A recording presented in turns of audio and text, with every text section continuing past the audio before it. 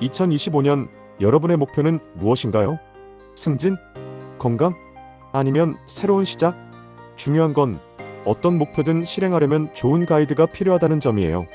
오늘은 여러분의 삶을 바꿀 자기계발 책 10권을 추천해 드릴게요. 그런데 그냥 책 추천이 아닙니다. 이 책들이 어떻게 여러분의 인생을 바꿀 수 있는지 하나하나 구체적으로 알려드릴 거예요. 끝까지 보시면 2025년을 완벽히 설계하는 방법이 보일 겁니다. 고전이 답했다. 고명환 작가의 고전이 답했다는 단순히 오래된 책을 읽으라는 권유가 아닙니다. 그는 고전이 가진 힘을 시간 속에 걸러진 진리로 정의하며 현대를 사는 우리가 놓치고 있는 본질적인 통찰을 다시금 깨닫게 합니다. 이 책을 읽으며 느낀 가장 큰 감동은 고전이란 단순히 과거의 이야기가 아니라 오늘날 우리 삶에도 깊은 지침이 된다는 점입니다. 고전은 우리가 당연시 여기는 삶의 방식을 뒤집어 볼 수 있게 합니다. 특히 작가는 고전을 통해 왜 살아가는가? 어떻게 살아야 하는가? 같은 질문을 던지며 독자 스스로 그 답을 찾도록 유도합니다. 저는 이 책을 읽는 동안 과거 위대한 사상가들과 철학자들이 고민했던 주제들이 지금도 여전히 유효하다는 점에서 놀랐습니다. 오히려 기술과 물질적 풍요 속에서 더 복잡해진 현대인의 삶에서 이 오래된 질문들은 더 깊은 의미를 갖는 듯 했습니다. 특히 이 책에서는 공자, 플라톤, 톨스토이와 같은 인물들의 이야기를 통해 고전이란 단순히 문학적 가치뿐 아니라 철학적, 윤리적 가치를 품고 있다는 것을 강조합니다. 예를 들어 공자의 논어를 다룬 장에서는 인의 개념을 현대의 인간관계에 적용하는 법을 제안합니다. 이는 단순한 텍스트 해석을 넘어 독자 스스로가 자신의 관계를 돌아보고 성찰할 수 있도록 합니다. 책을 읽는 동안 가장 인상 깊었던 구절은 다음과 같습니다. 고전은 단순히 오래된 책이 아니라 우리의 삶을 더 풍요롭게 하는 가장 기본적인 질문들을 품고 있다. 우리가 고전을 읽지 않는다면 우리는 결국 그 질문들로부터 도망치는 것이다. 이 구절은 고전을 읽는 이유와 그 가치를 명확히 설명해 줍니다. 고전은 단순히 과거의 텍스트가 아니라 현재와 미래를 살아가는데 필요한 질문을 던지는 존재라는 사실의 전유를 느꼈습니다. 책을 읽고 나서 저는 지금껏 읽었던 고전들을 다시 떠올리며 그 책들이 제 삶에 어떤 영향을 미쳤는지 되돌아보게 되었습니다. 어릴 때 읽었던 이솝 우화부터 학창시절 읽었던 햄릿과 변신, 그리고 최근에 읽었던 노자 도덕경까지 각 책은 저마다 다른 방식으로 제게 질문을 던졌고 저는 그 질문에 대한 답을 찾아가며 조금씩 성장해왔다는 사실을 깨달았습니다. 이 책은 단순히 고전을 읽으라는 권유를 넘어 어떻게 고전에서 교훈을 얻고 그것을 현대의 삶에 적용할 수 있을지 구체적인 예시와 방법을 제시합니다. 이를 통해 독자는 자신의 삶의 방향성을 점검하고 다시금 자신만의 나침반을 만들어갈 수 있는 기회를 얻게 됩니다. 결론적으로 고전이 답했다는 단순한 자기계발서의 수준을 넘어 독자에게 철학적 질문을 던지고 삶의 본질적인 가치를 되새기게 하는 책입니다. 삶의 방향성을 고민하거나 고전에 대한 거부감이 있는 독자라면 이 책을 통해 그 진입 장벽을 낮출 수 있을 것입니다. 무엇보다 이 책은 독자로 하여금 삶의 질문을 멈추지 않도록 자극하며 더 나은 자신을 만들어갈 동기를 제공합니다. 인상 깊었던 구절로 고전을 읽는 것은 과거의 사람들과 대화를 나누는 것과 같다. 그들은 우리에게 시간을 초월한 삶의 지혜를 나눠주려 기다리고 있다. 이 문장은 고전의 본질을 가장 잘 표현한 문장으로 독자에게 고전의 필요성을 강하게 인식시킵니다. 이 구절을 마음에 새기며 새로운 고전 읽기를 시작하고 싶어졌습니다. 퓨처 셀프. 벤저민 하디의 퓨처 셀프는 단순히 미래를 상상하는 데 그치지 않고 꿈과 현실의 간극을 메우기 위한 실질적 방법을 제시합니다. 이 책은 지금의 선택이 곧 미래의 내가 된다는 강력한 메시지로 시작하여 독자가 현재의 행동을 통해 원하는 미래를 구체적으로 설계하도록 돕습니다. 책의 핵심은 미래의 나를 현재의 나보다 더 강렬하고 명확하게 떠올리는 데 있습니다. 많은 자기계발서가 현재의 노력에 초점을 맞추는 반면 이 책은 미래의 자신을 구체화하고 이를 기준으로 현재를 변화시키는 7단계 전략을 제안합니다. 저는 이 접근법이 무척 신선하게 다가왔습니다. 단순히 열심히 노력하라는 막연한 조언이 아니라 목표를 현실로 만드는 구체적인 도구들을 제공했기 때문입니다. 특히 책의 첫 번째 단계인 미래를 선명히 그려라는 강렬한 인상을 남겼습니다. 하디는 희미한 목표는 희미한 결과를 낳는다고 지적하며 구체적이고 선명한 미래를 시각화하는 것이 중요하다고 강조합니다. 저 또한 지금까지의 목표 설정이 얼마나 추상적이고 막연했는지 깨닫게 되었습니다. 책을 읽으면서 제 자신이 원하는 미래를 세세히 그려보았고, 이를 통해 구체적으로 어떤 행동이 필요한지 조금씩 명확해졌습니다. 책에서 가장 인상 깊었던 구절은 다음과 같습니다. 미래의 당신은 과거와 현재의 선택에 의해 만들어진다. 당신이 지금 무엇을 선택하느냐에 따라 10년 후의 모습은 완전히 달라질 수 있다. 이 구절은 단순히 동기부여를 넘어서 제 선택의 중요성을 다시금 일깨워 주었습니다. 현재의 행동 하나하나가 미래를 설계하는 벽돌 한 장과 같다는 생각이 들어 앞으로의 행동에 대해 더 신중해질 필요성을 느꼈습니다. 책의 7단계 중 개인적으로 가장 유익했던 부분은 현재의 자신을 바꾸기 위한 환경 설계입니다. 아드는 우리가 환경의 영향을 얼마나 크게 받는지 지적하며 환경을 정비하고 새로운 습관을 형성하는 방법을 구체적으로 제안합니다. 저는 특히 디지털 환경에 의존적인 제 일상을 점검하며 더 생산적이고 집중할 수 있는 환경을 구축해야겠다고 결심하게 되었습니다. 책은 독자가 미래의 나를 생생하게 느끼고 그와의 일체감을 형성하게 만드는 심리적 도구들을 제공합니다. 예를 들어 매일 저녁 하루를 돌아보며 미래의 나라면 오늘 어떤 결정을 내렸을까? 라는 질문을 던지도록 권하는데, 이는 제 자신과 미래의 나를 연결하는 훌륭한 실천법이었습니다. 퓨처 셀프는 단순한 자기계발서가 아니라 미래를 설계하는 청사진과도 같은 책입니다. 이 책은 목표를 명확히 하고 이를 이루기 위해 필요한 구체적인 행동을 제시함으로써 독자에게 실질적인 변화를 유도합니다. 특히 미래를 위해 현재의 자신과 싸우라는 메시지는 독자가 현실에 안주하지 않고 더 나은 자신으로 성장할 수 있도록 끊임없이 자극합니다. 책을 덮으며 느낀 가장 큰 교훈은 미래는 단순히 다가오는 시간이 아니라 현재의 내가 만들어 가는 것이라는 점입니다. 10년 후의 자신을 선명히 상상하고 그에 걸맞은 행동을 지금부터 시작한다면 오늘과는 완전히 다른 삶을 살게 될 것이라는 확신이 들었습니다. 인상 깊었던 구절로 미래의 자신은 당신의 가장 강력한 파트너다. 그를 현실로 만들기 위해 지금부터 협력하라. 이 문장은 미래의 나와의 관계를 단순한 상상이 아니라 실질적인 협력으로 여길 수 있도록 영감을 줬습니다.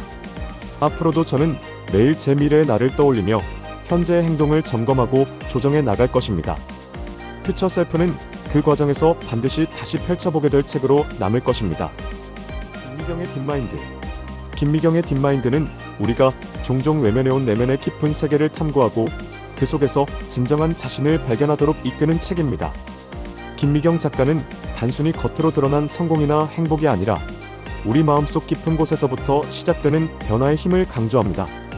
이 책은 현대인의 내면적 방황과 불안을 이해하고 그것을 해결할 방법을 구체적으로 제시합니다.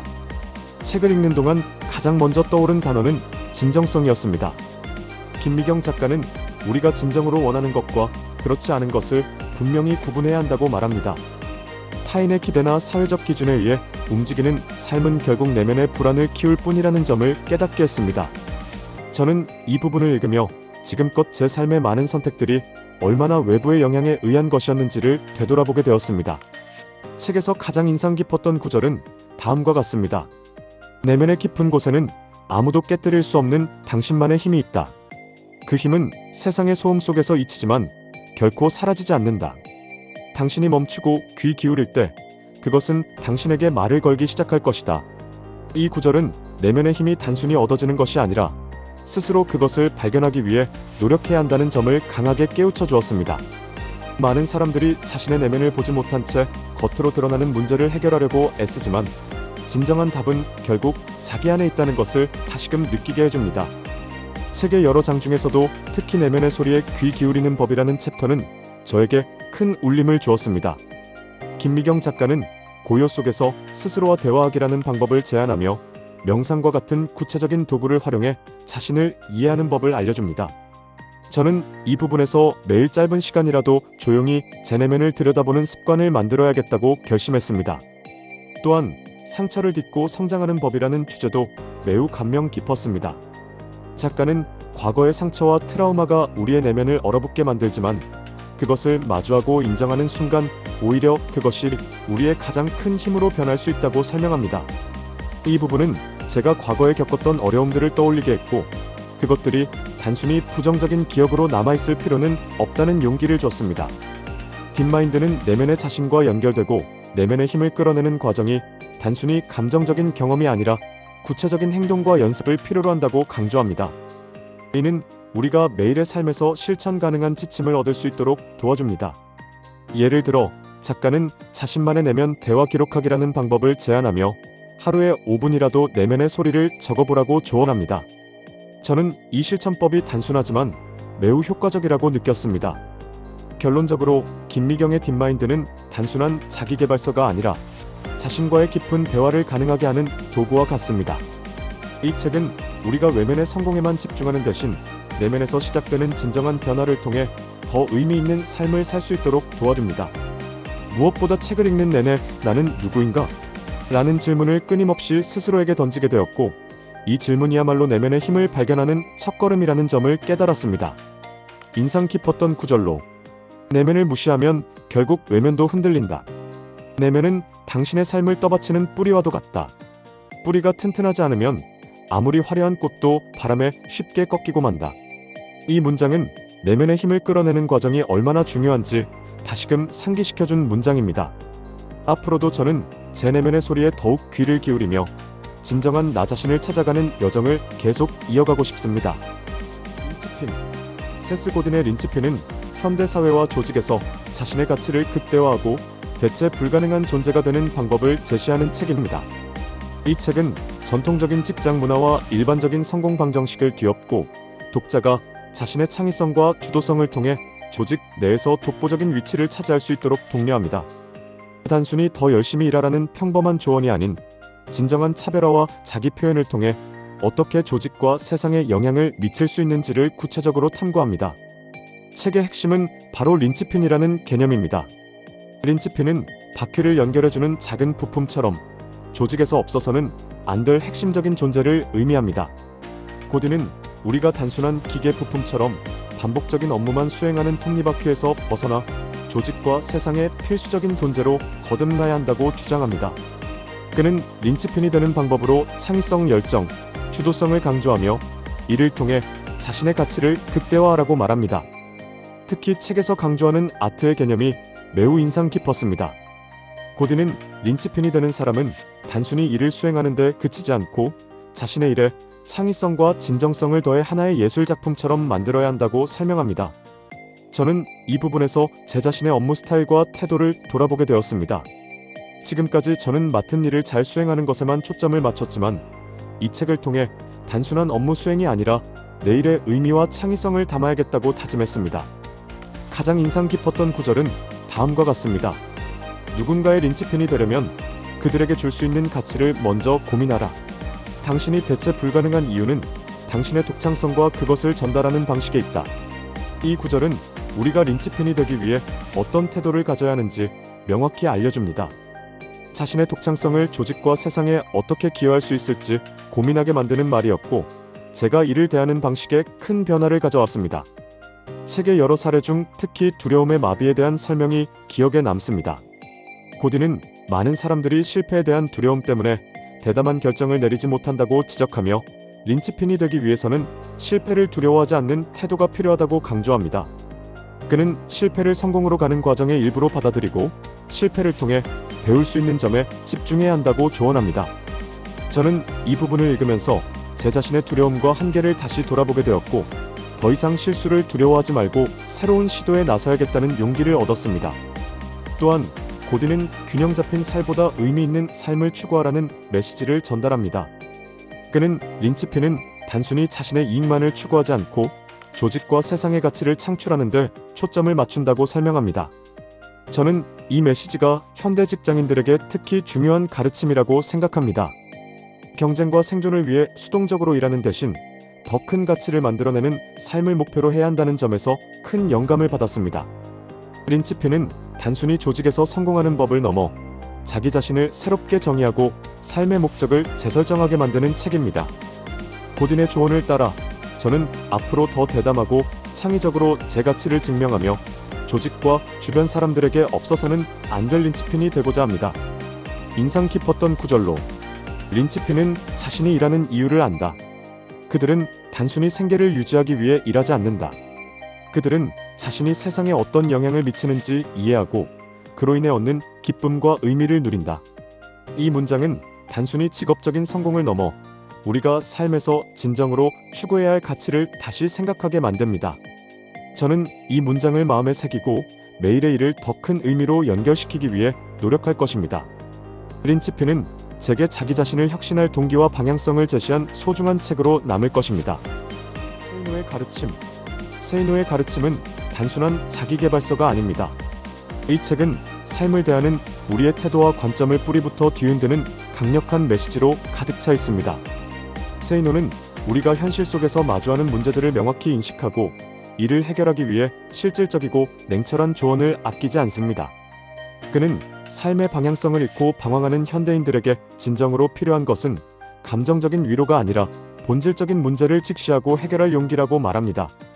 책의 가장 큰 매력은 단순히 이상론에 머무르지 않는다는 점입니다.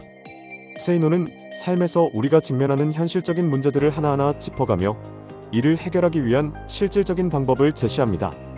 예를 들어 그는 돈, 인간관계, 직업과 같은 구체적인 주제에서 우리가 흔히 빠지는 함정과 잘못된 태도를 비판하며 현실적으로 무엇을 해야 하는지를 명쾌하게 알려줍니다. 특히 인상 깊었던 점은 세이노가 강조하는 책임감입니다. 그는 당신의 삶은 결국 당신의 선택과 행동의 결과라는 점을 반복적으로 강조하며 스스로의 삶에 대해 책임을 지는 자세가 얼마나 중요한지 일깨워줍니다. 이 부분은 제가 지금껏 경험한 실패와 성공의 원인을 다시금 돌아보게 했습니다. 책을 읽으면서 제가 제 삶에서 어떤 선택을 했고 그 결과가 어떻게 이어졌는지 반추하게 되었고 앞으로는 더 주도적으로 내 삶을 설계해야겠다는 결심을 하게 되었습니다. 가장 인상 깊었던 구절은 다음과 같습니다. 삶은 기다려주지 않는다. 지금의 당신이 현실을 외면하면 미래의 당신은 그 대가를 치러야 한다. 당신의 미래는 지금 당신의 선택으로 만들어진다. 이 문장은 삶에 대해 느슨해질 때마다 저를 다시 채찍질하게 만드는 강렬한 메시지였습니다. 우리는 종종 언젠가라는 생각으로 지금 해야 할 일을 미루곤 합니다. 하지만 세이노는 이러한 태도가 결국 미래의 나를 불행하게 만든다는 점을 단호하게 지적합니다. 이 문장을 읽으며 제 삶에서 미뤄왔던 과제들이 떠올랐고 더 이상 외면하지 않고 직면해야겠다고 다짐했습니다. 책에서 또 하나 기억에 남는 부분은 현실적 목표 설정에 대한 조언입니다. 세이노는 사람들이 지나치게 비현실적인 목표를 세우고 그것이 이루어지지 않을 때 좌절한다고 말합니다. 그는 작은 성공을 축적하며 점진적으로 목표를 확장해 나가는 전략을 제안합니다. 이 조언은 특히 저처럼 목표를 크게 잡았다가 금방 동력을 잃는 사람들에게 매우 유용했습니다. 작은 성공의 중요성을 깨닫고 매일 조금씩 목표에 가까워지기 위한 계획을 세우게 되었습니다. 세이노의 글은 강렬하고 때로는 거칠게 느껴질 수도 있지만 그 안에 담긴 진실과 통찰은 독자들에게 깊은 울림을 줍니다. 그는 단순히 위로나 영감을 주는데 그치지 않고 독자가 실질적으로 행동할 수 있도록 구체적인 실행 방안을 제시합니다. 이 점에서 이 책은 단순히 읽고 끝나는 책이 아니라 삶에 적용하고 변화의 도구로 삼아야 할 실용서로 다가옵니다. 세이노의 가르침을 읽은 후 저는 제 삶의 태도를 다시 점검하게 되었습니다. 현실에 대해 냉철하게 직시하고 그 속에서 자신의 역할과 책임을 다하는 것이 얼마나 중요한지 깊이 깨달았습니다. 삶의 어려움 앞에서 흔들릴 때마다 이 책을 다시 펼쳐보고 세이노의 조언을 통해 길을 찾게 될 것 같습니다. 인상 깊었던 구절로 진정한 자유는 책임에서 온다. 책임을 외면하는 사람은 결국 타인의 지시에 따라 살아가게 된다. 스스로 선택하고 그 선택의 결과를 받아들이는 용기를 가져라. 이 문장은 자유와 책임의 관계를 다시금 생각하게 만든 구절입니다. 저는 자유를 누리면서도 책임을 회피하려 했던 적이 많았음을 깨달았고 앞으로는 책임을 기꺼이 받아들이며 진정한 자유를 추구하는 삶을 살아가야겠다고 결심했습니다. 세이노의 가르침은 제게 그러한 삶의 방향성을 제시한 소중한 책으로 남을 것입니다. 트렌드 코리아 2025. 트렌드 코리아 2025는 단순히 다가올 미래를 예측하는 책이 아닙니다. 이 책은 현재의 변화를 면밀히 분석하고 이를 바탕으로 다가올 사회와 비즈니스의 방향성을 제시합니다. 김난도 교수와 그의 연구팀이 작성한 이 책은 과거 데이터를 기반으로 한 통찰력 있는 분석과 함께 독자가 미래에 대비할 수 있도록 실질적인 조언을 담고 있습니다. 책은 2025년 한국 사회와 비즈니스를 이끌 주요 트렌드를 10가지 키워드로 제시하며 각 트렌드가 왜 중요하고 어떻게 활용될 수 있는지 구체적으로 설명합니다. 특히 단순히 어떤 변화가 있을 것이다를 나열하는 데 그치지 않고 독자 스스로가 이 변화를 어떻게 자신의 삶과 사업에 적용할 수 있을지 방향성을 제시하는 점이 돋보였습니다. 책에서 강조하는 핵심 메시지는 변화를 읽고 준비하는 자가 미래를 선점한다는 것입니다. 저는 이 메시지가 단순히 비즈니스에만 국한되지 않고 개인의 삶 전반에도 적용될 수 있다는 점에서 큰 영감을 받았습니다. 변화는 항상 예측 가능하지는 않지만 이를 인지하고 준비하는 태도는 우리가 선택할 수 있는 영역입니다. 가장 인상 깊었던 구절은 다음과 같습니다. 트렌드는 거대한 물결과도 같다.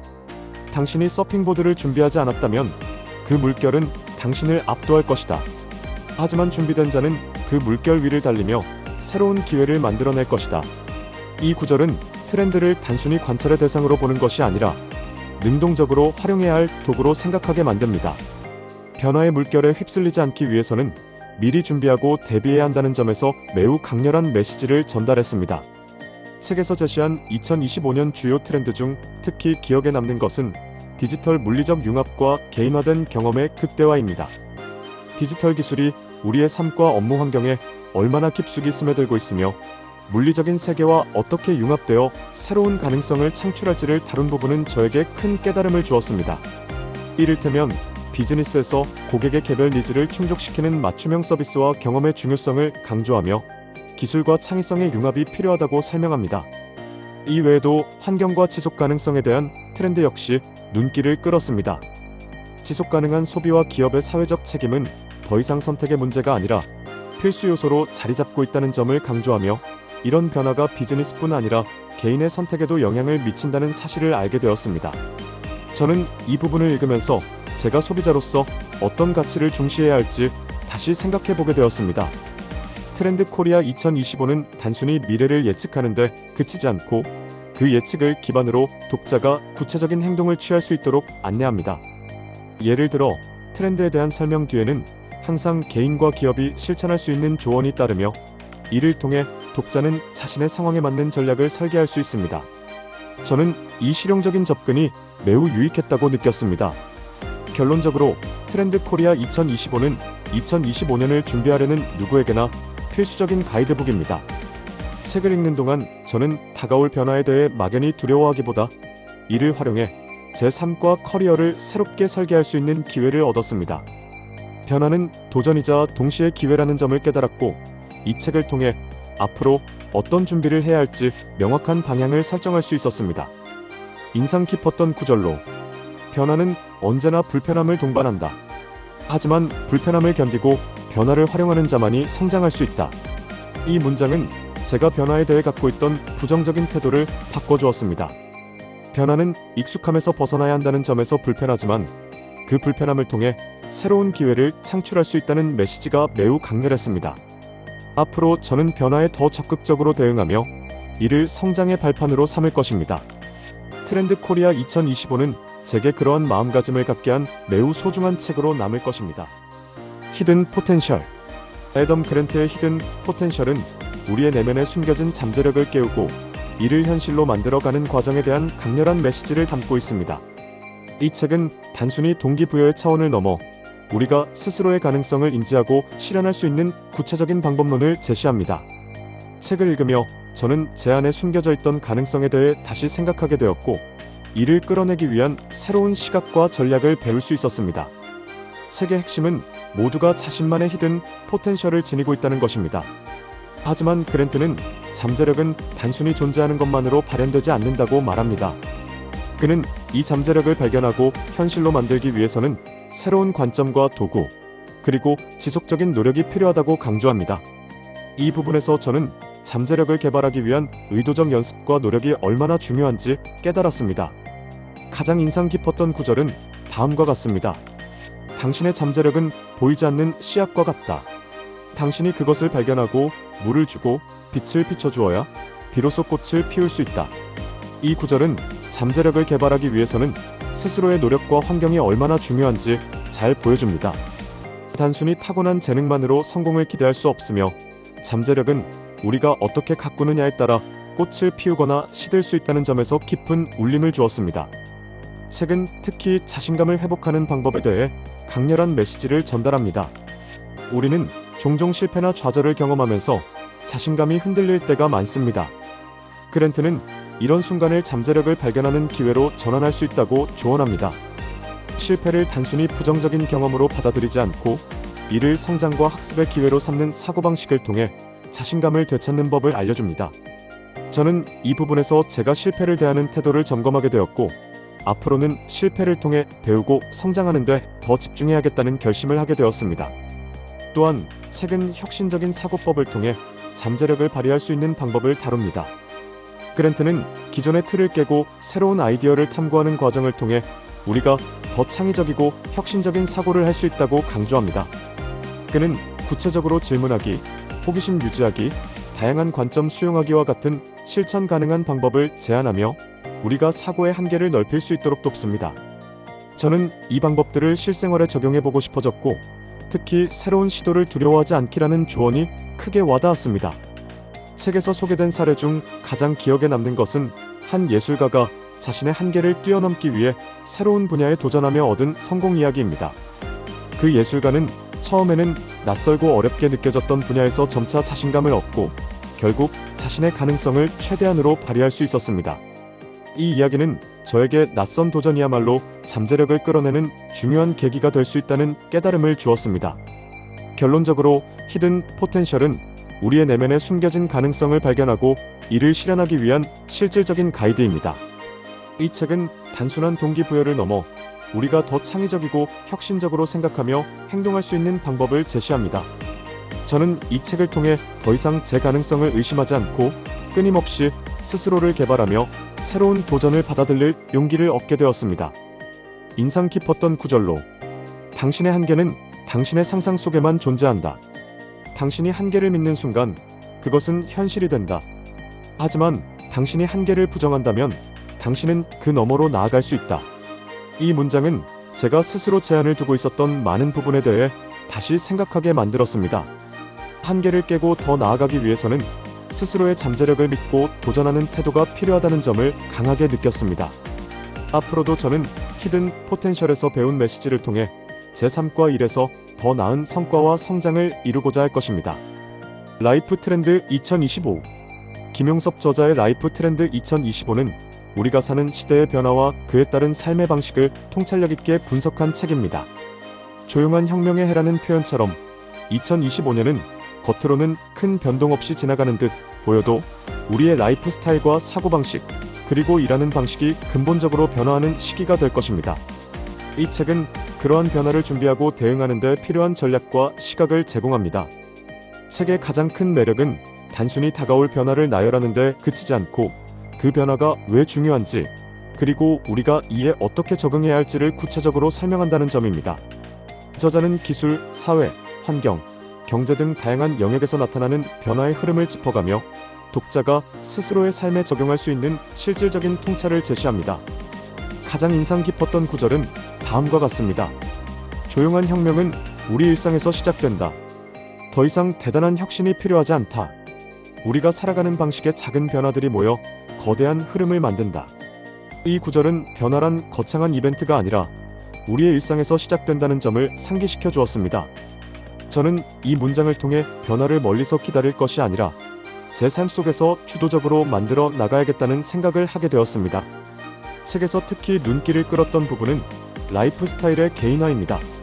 저자는 사람들이 점점 자신만의 독특한 삶의 방식을 추구하고 획일적인 소비에서 벗어나 개별적인 가치를 중시하는 방향으로 변화하고 있다고 설명합니다. 이는 기술의 발달과 데이터 기반 맞춤형 서비스의 확산이 결합되면서 가능해졌으며 개인화된 경험이 새로운 표준이 되고 있다는 점을 강조합니다. 이 부분은 저로 하여금 제 삶의 우선순위를 다시 돌아보게 만들었고, 제가 진정으로 원하는 것이 무엇인지 더 깊이 생각해보는 계기가 되었습니다. 또한 책에서 강조된 지속가능한 삶의 방식은 현대사회가 직면한 환경 문제와 연결되어 있어 매우 시의적절하게 느껴졌습니다.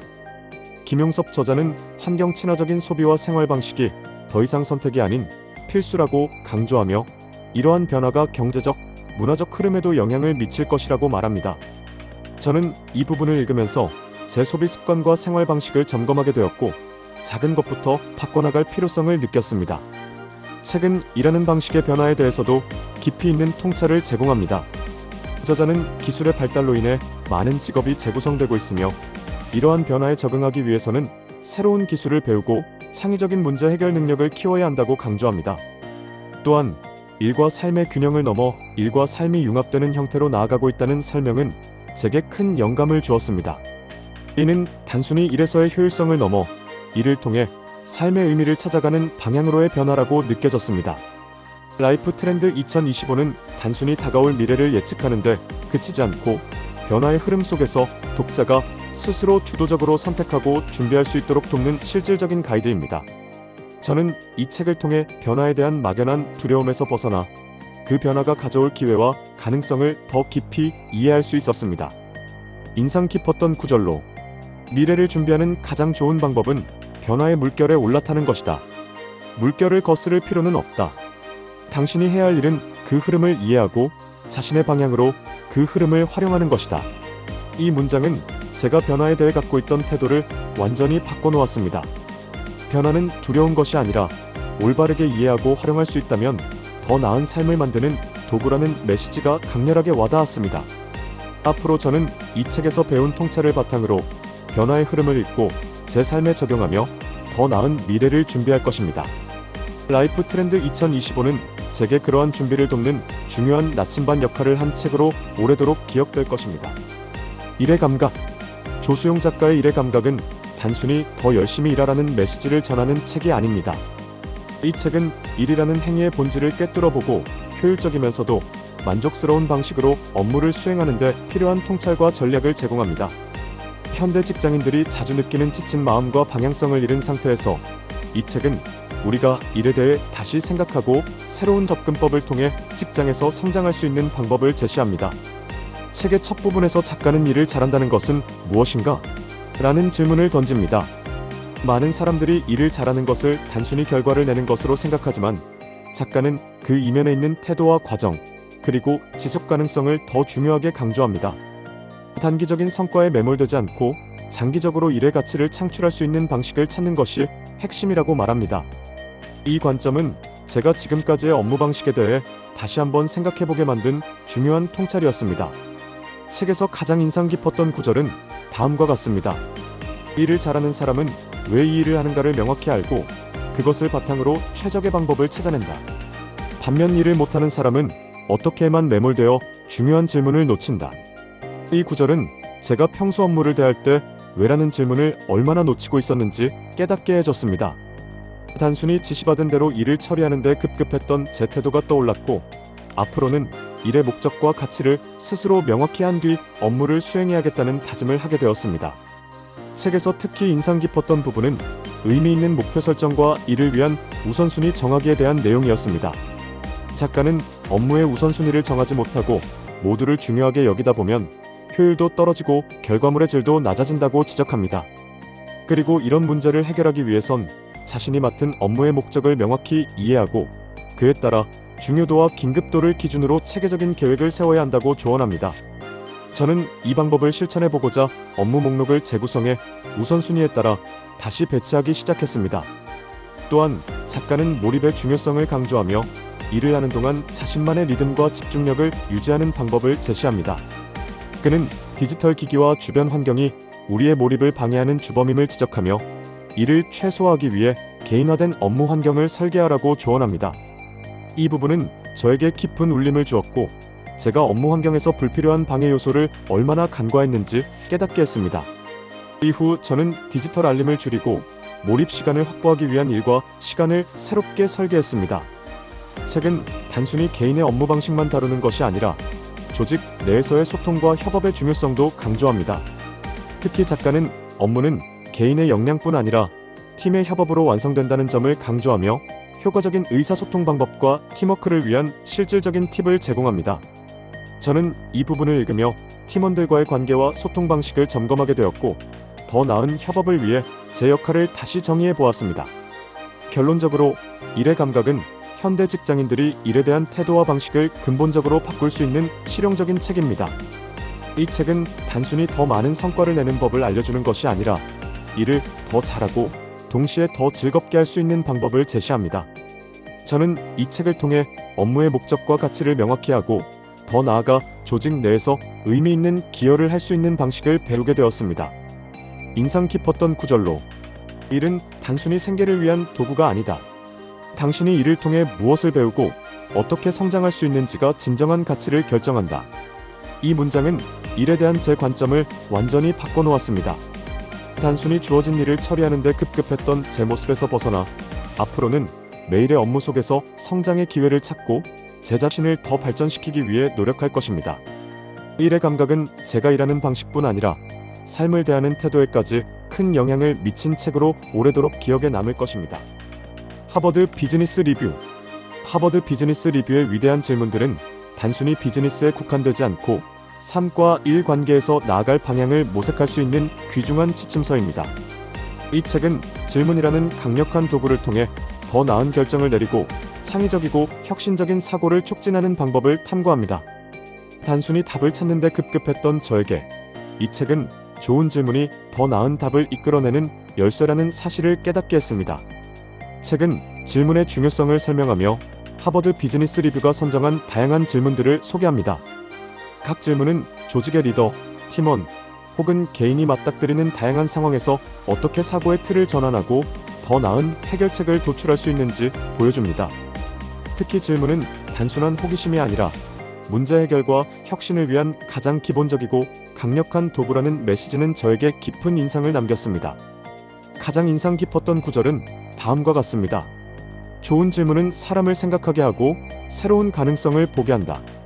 나쁜 질문은 대답을 막고 사고의 폭을 좁힌다. 이 구절은 제가 평소 질문에 대해 갖고 있던 관점을 바꿔놓았습니다. 저는 질문이 단순히 정보를 얻기 위한 수단이라고 여겼지만 사실 질문은 사고의 범위를 넓히고 더 창의적인 답을 이끌어내는 촉매제가 될 수 있다는 점을 알게 되었습니다. 책은 리더는 질문하는 사람이 되어야 한다는 점을 강조하며 조직 내에서의 의사결정과 팀워크에서 질문이 어떤 역할을 하는지 상세히 다룹니다. 예를 들어, 이 문제의 본질은 무엇인가? 우리가 지금 놓치고 있는 것은 무엇인가? 같은 질문이 얼마나 중요한지 구체적인 사례를 통해 설명합니다.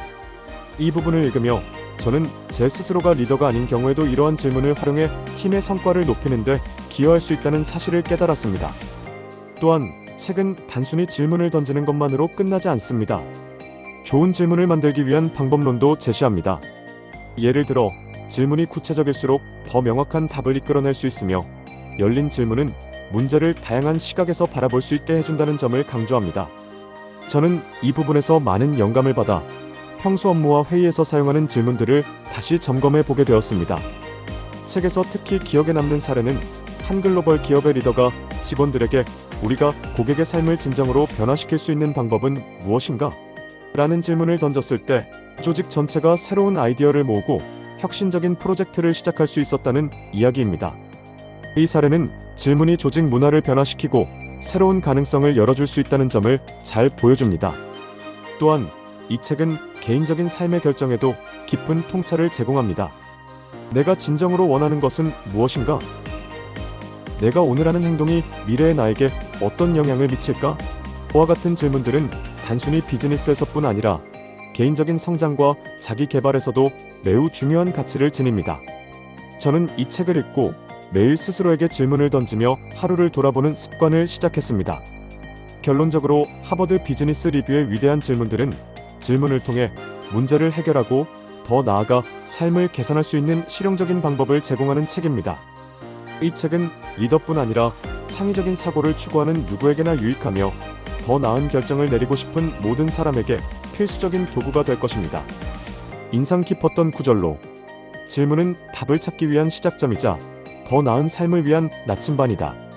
질문을 잘 던질수록 삶은 더 깊고 넓어진다.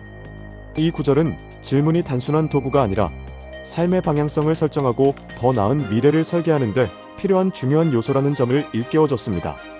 앞으로도 저는 이 책에서 배운 질문의 기술을 통해 더 창의적이고 효율적인 결정을 내려갈 것입니다. 하버드 비즈니스 리뷰의 위대한 질문들은 저에게 더 나은 질문을 던질 용기를 준 책으로 오래도록 기억에 남을 것입니다.